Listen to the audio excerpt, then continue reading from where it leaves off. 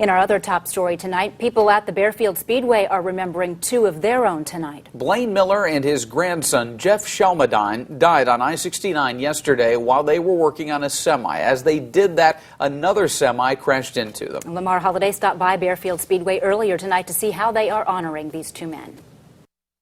The flag is at half-staff at the Baer Field Speedway, a symbol to remember Blaine Miller and Jeff Shelmadine, a well-known family to this track. Blaine was a guy with a big heart, but a hard exterior. Jeffrey was a young kid that admired his grandson or grandfather real well. A friend who knew Blaine had similar words to say. She says, quote, "I can tell you that through life, whether it be racing or with his job, he would do anything for anybody, no questions asked. Blaine was a very good man and a friend to all." Their lives were cut short Thursday afternoon. Blaine and Jeff were working on a semi on I-69 near the DuPont exit when another semi came by and struck them. John Rainey, promoter at the Baer Field Speedway, was on the phone with Blaine minutes before the accident. It was pretty heartbreaking. I heard it within 5 minutes after it happened.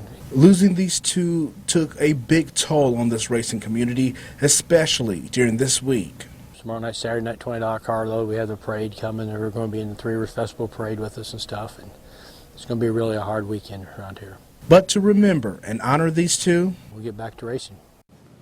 That was Lamar Holliday reporting tonight. Now, during tomorrow's race, they will have missing formation before the race in honor of them.